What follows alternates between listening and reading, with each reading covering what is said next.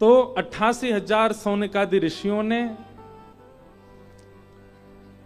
सूत जी महाराज जी से 6 प्रश्न किए। सदैव याद रखना बंधुओं, ज्ञान जिज्ञासा के पात्र में ही टिकता है।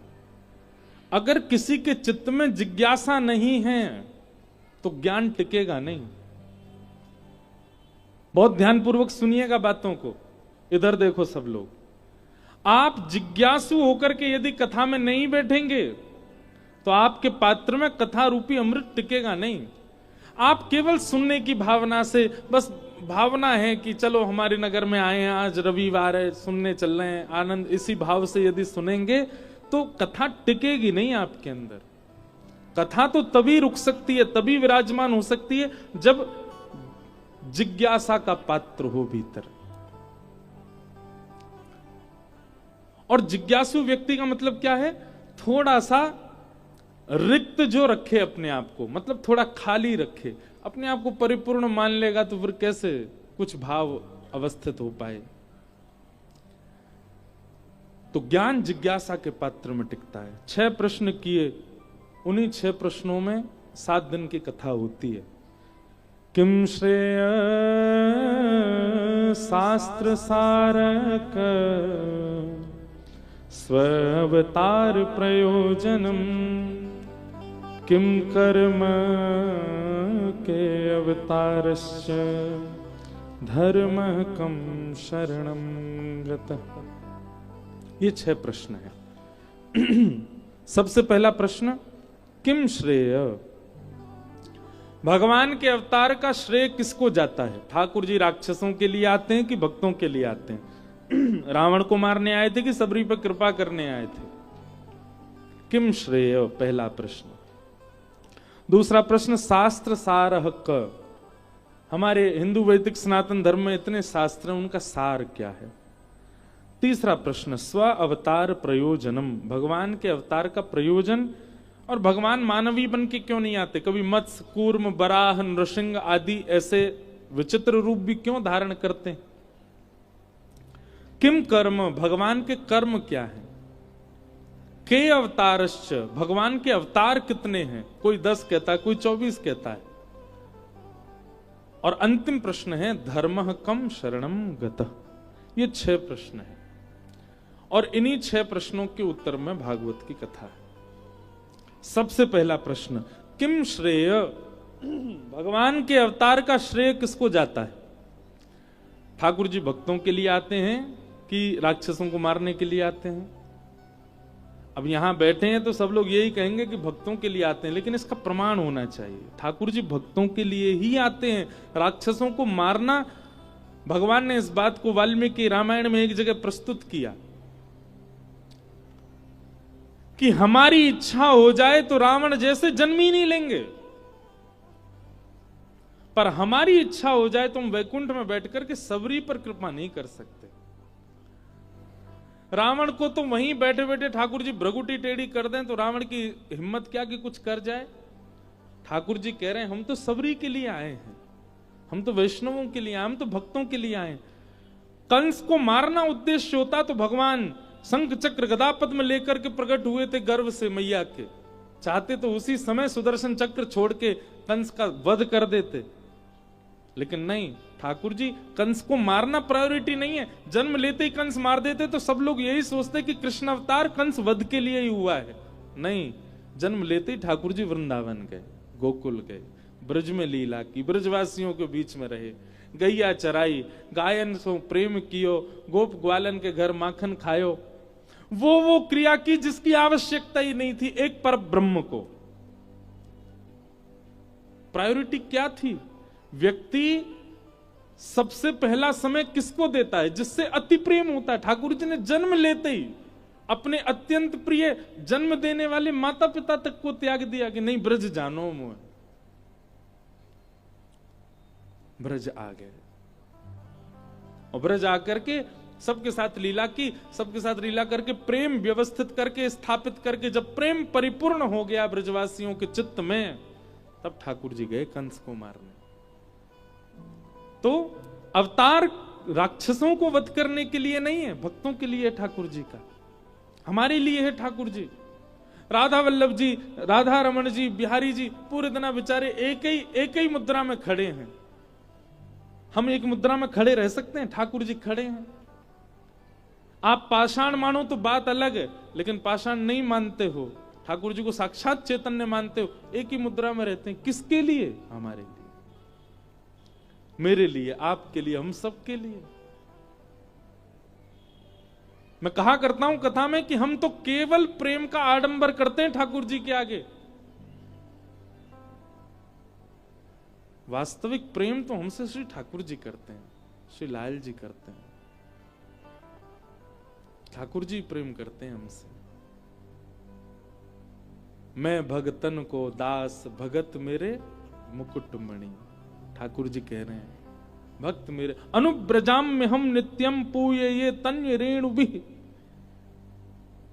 मैं ऐसे चलता हूं भक्त के पीछे जैसे गैया के पीछे बछड़ा चलता है, उसकी रज में लौटता हुआ, ऐसे चलता हूं। तो ठाकुर जी का अवतार का श्रेय किसको जाता है? भक्तों को। भक्तों के लिए ठाकुर जी आते। किम श्रेय? पहला। दूसरा, शास्त्र सारह क। इतने सारे शास्त्र हैं हमारे, इन शास्त्रों का सार क्या है? बहुत ध्यानपूर्वक सुनिएगा इन 6 प्रश्नों के उत्तर। समस्त शास्त्रों का सार क्या है? अष्टादश पुराणेषु व्यासस्य वचनद्वयम् परोपकार पुण्याय पापाय परपीडनम। सब ग्रंथों का, सब शास्त्रों का, सबका सार केवल 2 हैं। क्या? दूसरे की सहायता करना, यही पुण्य है, और अपने लिए जो अच्छा नहीं लगता वो किसी के साथ ना करना, किसी के साथ करना ये पाप है। बस इन 2 से बचे रहो। जो खुद के लिए प्रिय नहीं वो किसी के साथ नहीं करो, और असहाय व्यक्ति की सहायता करो, राधे राधे जपते रहो। बस यही जीवन, सबका सार यही है। हृदय सुधारो, स्वभाव सुधारो, अपनी मनस्थिति, अपनी विचारधाराओं को शुद्ध करो, यही शास्त्रों का सार है। शास्त्र सारह क। दूसरा प्रश्न। तीसरा प्रश्न, भगवान का अवतार विलग विलग क्यों होता? केवल अकेले मानव रूप में ही ठाकुर जी क्यों नहीं आते? ठाकुर जी विशेष रूप से अनेक अनेक अवतार धारण करके हमें यह बात समझाते हैं कि मैं परब्रह्म होकर के भी किसी भी अवस्था में आने में झिझकता नहीं। तो मानव क्यों झिझकता है? नीचे बैठने में भी लोगों को कई बार बहुत संकोच होता है। हम नीचे कैसे बैठे, बिना आसन के कैसे बैठे? हमसे कोई पूछे तो हम बैठे, निमंत्रण दें तो हम जाएं। इतने मानीना हम बन जाते हैं। ठाकुर जी अपने अपने अवतारों के द्वारा अपने वर्सटाइल कैरेक्टर को प्रस्तुत करते हैं कि मैं कुछ भी बनने में सक्षम हूं, किसी भी रूप में आने में सक्षम हूं, और सक्षम ही नहीं हूं, मेरी ये सहजता है। ये सहजता सीखो ठाकुर जी से, दीन बनने में, सरल बनने में। बंधुओं, हम एक बात कहते हैं, शायद मैंने पहले दिन कही थी यहां कथा में, कि हम ठाकुर जी से मांगते हैं कि आप हमें समृद्ध बनाओ, आप हमें धनवान बनाओ, आप हमें योग्य बनाओ। ये सब मत मांगो ठाकुर जी से। ठाकुर जी से केवल ये मांगो कि हमें सरल बना दो, हमें सहज बना दो, हमारे अंदर थोड़ी दया भर दो। ठाकुर जी, हम बड़े निर्दयी हैं, हमारे अंदर थोड़ी दीनता ले आए। हम बड़े चौड़े होके चलने लग गए हैं आजकल, थोड़ी दीनता ले आओ ठाकुर जी। ठाकुर जी यदि मनोकामना पूरी करते ही हैं तो अपने स्वभाव को सुधारने की कामना क्यों नहीं करते हम श्री ठाकुर जी से?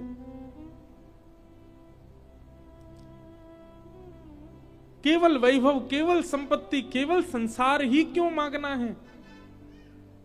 ठाकुर जी भी देते देते हार गए, अब नहीं देते किसी को, कितना भी मांगता रहे। ठाकुर जी कहते हैं कुछ नया लेके आओ तो देंगे। मांगो ना ठाकुर, हमारा स्वभाव सुधार दो, हमारा व्यवहार सुधार दो, हमारे विचार सुधार दो, हमें दीन बना दो, हमें सरल सहज बना दो। ठाकुर जी को वही प्रिय हैं। बोंधु की कथा सुनी है? बोंधु भक्त कैसा है? बोंधु सरल, सीधा, सहज, सच्चा। बहुत दिन से सुना ही नहीं, आज सुनाते हैं। बोंधु बोंधु नित्य एक संत के यहां रहता था। और उन संत की गौ सेवा करता था। गौ सेवा के बाद नित्य संत का प्रवचन श्रवण करता था। एक दिन महाराज जी प्रवचन में कह रहे थे, बरहा पीड़म नटवर वपुः कर्णयो कर्णकारम विभ्रद वासः कनक कपिसम वैजयंतीम चमालाम रंध्रान वेणो अधर सुधया पूरयन गोप वृंदई वृंदारण्यम स्वपद रमणम प्रावशद गीत कीर्ति। बंधुओं, ये श्रीमद् भागवत जी का बहुत सुंदर श्लोक है। इस श्लोक का चिंतन करके ठाकुर जी का प्रत्यक्ष दर्शन हो सकता है आपको। कोई व्यक्ति नित्य इस श्लोक को गाए, और केवल गाए नहीं, जो जो शब्दावली हैं उनका चिंतन करे, बहुत सुंदर है। एक क्षण के लिए नेत्र बंद करो और सब लोग चिंतन करो। हमारे नाना जी जैसा चिंतन कराते तो वैसा हम कराएं। वरहा पीड़म नटवर वपुः। ठाकुर जी कैसे हैं? आपीड़ यानी कि मुकुट, मोर का टेढ़ा सा मुकुट ठाकुर जी ने अपने सिर के ऊपर धारण किया है। अच्छा, ठाकुर जी टेढ़ा मुकुट क्यों पहनते हैं? जहां जहां चरण परत प्यारी जू के, तहां तहां मन मेरो करत है छाऊरी। हमारे रसिक कह रहे हैं वृंदावन के, ठाकुर जी टेढ़ो मुकुट या हमारे पहने, जब श्री जी के संग निकुंज में जामे ना, तो श्री ठाकुर जी अपने मुकुट को टेढ़ो करके श्री जी के चरणन के ऊपर छांव बना लें कि कहीं सूर्य को सीधो प्रकाश श्री जी के चरणन में नहीं चलो जाए। हमारी लाडली जी के चरण अति कोमल हैं। अरे कभी कभी चिंतन करे करो, श्री ठाकुर जी बांके क्यों हैं? वो टेढ़े मेढ़े काय क्यों हैं? वो टेढ़े मेढ़े ये हमारे हैं क्योंकि मुकुट पहन करके, और फिर सूर्य को प्रकाश कहां से आ रहे हो श्री जी के ऊपर, वाह के लिए ठाकुर जी अपने अंग की भंगिमा बनावे, और वाह के कारण ठाकुर जी त्रिभंग लली है गए। एक रास के पद में ठाकुर जी कहते भी हैं, तेरे कुटिल कटाक्ष ने मेरो तन कर धियो त्रिभंग, विचारो भोलो भंडारी, रास में चल श्यामा प्यारी। तो श्री ठाकुर जी मोर का मुकुट पहनते हैं, वो भी टेढ़ा पहनते हैं, तिरछा सा पहनते हैं। क्यों? श्री जी के संग जब निकुंज में जाएंगे तो ताकि वहां से छतरी कर सकें, छांव कर सकें। और टेढ़ा भी नहीं, ठाकुर जी टेढ़ा भी पहनते हैं और आगे की तरफ झुका हुआ भी पहनते हैं। हम मंदिरों में जाते हैं, दूर से दर्शन हो, इसलिए हमको अनुभव नहीं होता। ठाकुर जी का मुकुट आगे की ओर झुका रहता है। वरहा पीणम नटवर वपुः। ठाकुर जी का वपु यानी कि अंग कैसा है? बोले नटवर। नट किसको कहते हैं? नट कहते हैं जिसको देखते ही हमारी दृष्टि दूसरी बार भी देखती हो, उसको नट कहते, मतलब जिसके प्रति आकर्षण होता हो, जो आकर्षण करने वाला है उसको नट कहते हैं। पर ठाकुर जी कौन है? नटवर। आकर्षण करने वालों के भी अग्रगण्य हैं। अरे संसार के सुंदर को तो एक के बाद दोबारा देखने को मन है गो, लेकिन ठाकुर जी को देखवे के बाद कोई और को देखवे को मन ही नहीं होएगो। इसीलिए नटवर, नटवर वपुः। टेढ़ो सो मुकुट पहनो है, और ठाकुर जी हैं कैसे? बोले नटवर वपुः। आकर्षणों में भी आकर्षण करने वाला, जिनका वपु यानी कि श्री अंग है। भौंदू बैठ करके सारे प्रवचन सुनना है, गुरु जी बता रहे हैं। और कर्णयोः कर्णकारम। ठाकुर जी के कान तो दो हैं, पर कुंडल एक ही पहनो है, और वो भी कुंडल काय को पहनो है? कन्नेर के पुष्प को पहनो है। बोले वो पुष्प कैसे पहनो है? ठाकुर जी ने अपने एक कान के ऊपर जो खारी जगह वहां पे उलझाए लियो, वहां पे अड़ाए लियो है, और ठाकुर जी वह एक पुष्प को पहन करके चल रहे हैं। तभी मधुमंगल दूसरी तरफ से बोले, लाला जे कुंडल मां बढ़िया ना लग रहा, यहां पहन ले, जावारे कान में पहन ले। सो ठाकुर जी उसी कुंडल को दूसरे कान में पहन लेते हैं। श्री धाम आके, लाला नाना मधुमंगल ऐसी बोल लो, मां बढ़िया ना लग रहा, यहीं पहन ले।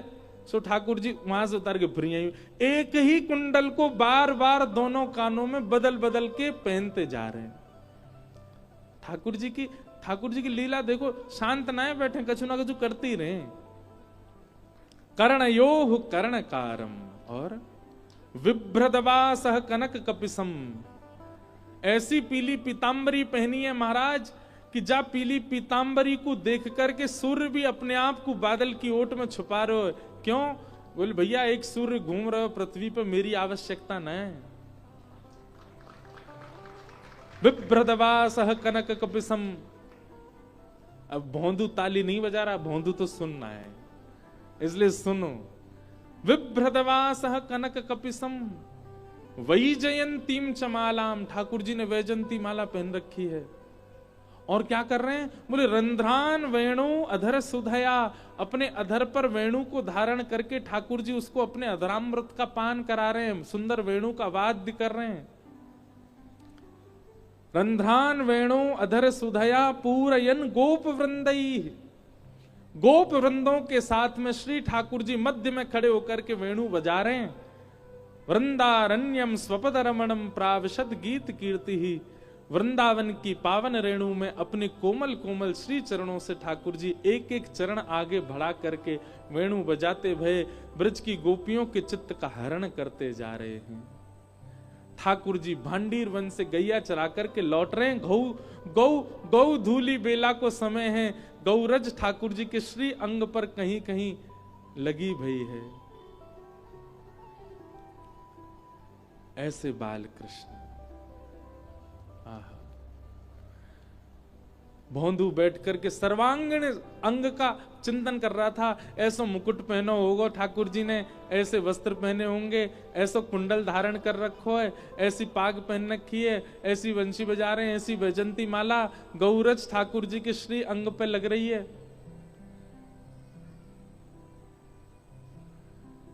तभी गुरु जी ने कही भांडीर वन से ठाकुर जी गैया चरा करके वापस वृंदावन आ रहे हैं। भोंदू के नेत्र खुल गए और नेत्र खोल करके उसने मन में विचार किया कि भांडीर वन तो मैं भी जाऊं रोज गैया चरावे, भांडीर वन तो मैं भी जाऊं, लेकिन मुझे तो कभी कन्हैया मिले नहीं, मुझे तो कभी श्याम सुंदर मिले नहीं। मन में विचार करने लगो भोंदू, अरे भोंदू तेने प्रयास ही नहीं कियो कभी खोजवे को। गैयान ने लेके जावे और ले जाके उनको चरवे छोड़ दे, खुद पेड़ के नीचे लेट जाए, तेने कभी ढूंढे ही ना। अरे ने कभी आंख घुमातो, ने कहीं दूर तक जाके देखतो। निश्चित ठाकुर जी आज भी, गुरु जी कह रहे इनकी बात में असत्यता नहीं हो सकती, निश्चित ठाकुर जी आज भी आते होंगे।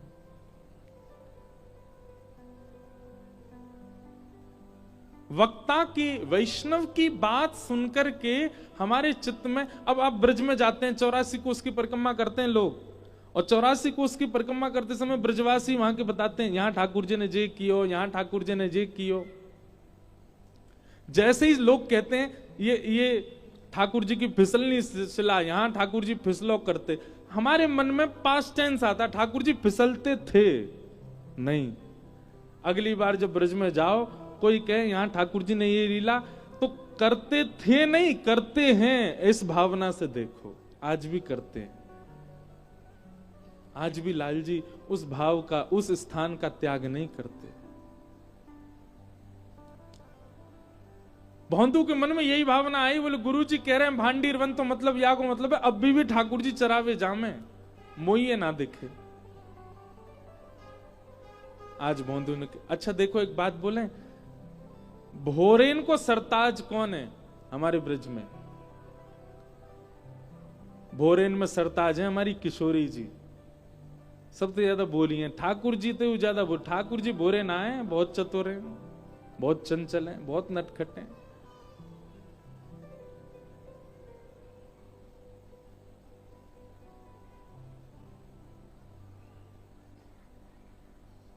किशोरी जी बहुत बोली है।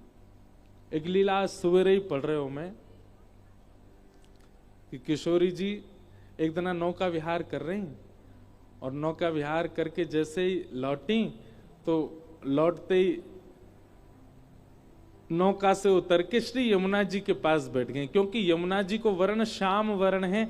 या हमारे जब कभी भी श्याम सुंदर कहीं और हो में, श्री किशोरी जी को स्वभाव है वो यमुना जी को ही देखती रहे, क्योंकि उनको वर्ण श्याम है।